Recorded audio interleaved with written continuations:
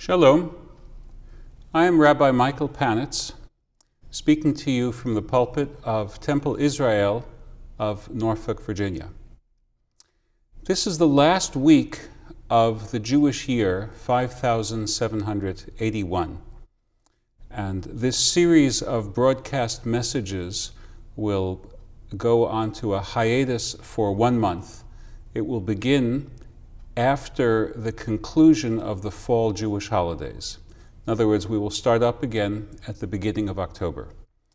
And if anyone who is accustomed to listening to these messages would like to receive a written weekly message in lieu of these broadcasts, please contact Temple Israel of Norfolk, Virginia. The office number is 757-489-4550. I'll repeat that, 757-489-4550. At this time, as is appropriate for the season, I'd like to speak to you on the subject of how to end a year. How to end a year. It's been a tough one, all right? The current Jewish year began with our communities largely consigned to remote interactions because of COVID. We were waiting for a vaccine to be developed. Then there was the unsettled aftermath to the presidential election, culminating in the low point of American democracy at the beginning of the secular year, that is to say, the January 6th riot and invasion of the Capitol.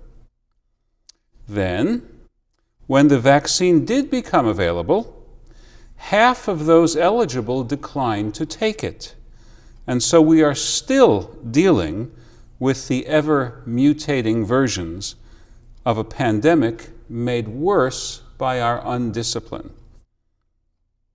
The world is burning and flooding at the same time. And our 20-year war in Afghanistan is now decisively seen as a failure. We were no more successful than the Soviets, the British, or even Alexander the Great in reshaping that wild country in our image. The year is ending Jewishly. It is tempting to say the next year has to be better, but that won't happen by magic. If 5782 is to be better, we have to make it better. I take some inspiration from the words and deeds of Moses. We are reading the chapters of the Bible in which Moses reckons with endings too. We are reading the book of Deuteronomy these days. Moses has been telling us throughout the book that his days are numbered. In fact, we have known that he is nearing the end since midway through the previous book, the book of Numbers. Moses has a world-class valedictory. His retirement speeches amount to 20% of the Pentateuch. But in the chapters that we are reading just now, chapters 29 and 30 of Deuteronomy, it's getting very close. And so lessons from the words of these chapters. The first lesson is that there will be a tomorrow. I may or may not be part of it, but I am responsible for doing my part to make it better, not worse. That's why Moses finishes his speech with one more plea for the Israelites to make the right choices. No matter that he's told them that same message many times, maybe they'll listen this time. Maybe the times are right and their ears can be opened. This is a truth in our lives.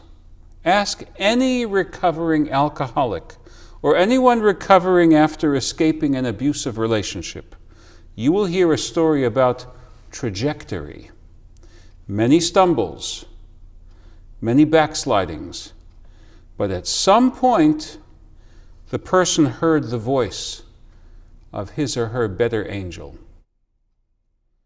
the voice of a higher power. The second lesson grows out of the first. We can recover from past mistakes. We will not escape the consequences of those mistakes, but in the tomorrow of that timeline, we can turn ourselves around for the better. A quote from Deuteronomy chapter 30, verses 1 through 3. When all these things come upon you, the blessing and the curse that I have set before you, your heart shall turn back to the Lord your God, you and your children, with all your heart and with all your being. And the Lord your God shall turn back your former state and have mercy on you. We have hard times coming because of the misdirections and bad habits that we indulged in for many years and worsened in 5781. Those are still running their course. But that doesn't have to be a one-way ride to extinction. We can change. We can still change. This is true because of the third lesson. And this third lesson is the defining insight of the Jewish view of humanity. We are free, and therefore we are responsible. See, Moses says, I've set before you today life and good, and death and evil. Life and death I set before you, the blessing and the curse, and you shall choose life, so that you may live, you and your seed. Since we have the choice, it is our responsibility to make the right choice. We are tempted to say that it's too hard to make the right choices, that it requires superhuman abilities. Moses rebuts that evasion. Chapter 30, verses 11 to 14. This command, which I charge you today, is not too wondrous for you, nor is it distant. It is not in the heavens, and it is not beyond the sea, but the word is very close to you, in your mouth and in your heart, to do it. It is not too hard to say no to the fear and hate-mongering voice of the racist neighbor, or to the seductive voice of greed and egotism, or to the dull voice of ethical inertia. It is not too hard, but it does take courage. Perhaps a clear sense that we've been going in a bad direction will buck up our courage to change course. One thing is clear to me: good choices are as habit-forming as bad ones. So spend an immoderate amount of your courage on changing a bad habit, because then you can maintain direction with more modest energies. Finally, Moses tells us we have to follow through on good intentions and on initial good actions. Moses writes down the teaching and gives it to the priests so that there will be custodians after he is gone. That's Deuteronomy 31, verse 9. He initiates the practice of regular Torah reading, verse 10, so that we will not err through ignorance. He himself models the act of preparing for the new year and the new generation by blessing his successor, Joshua, in full view of the nation. In the year that is about to begin, let us take a few leaves from the book of Moses.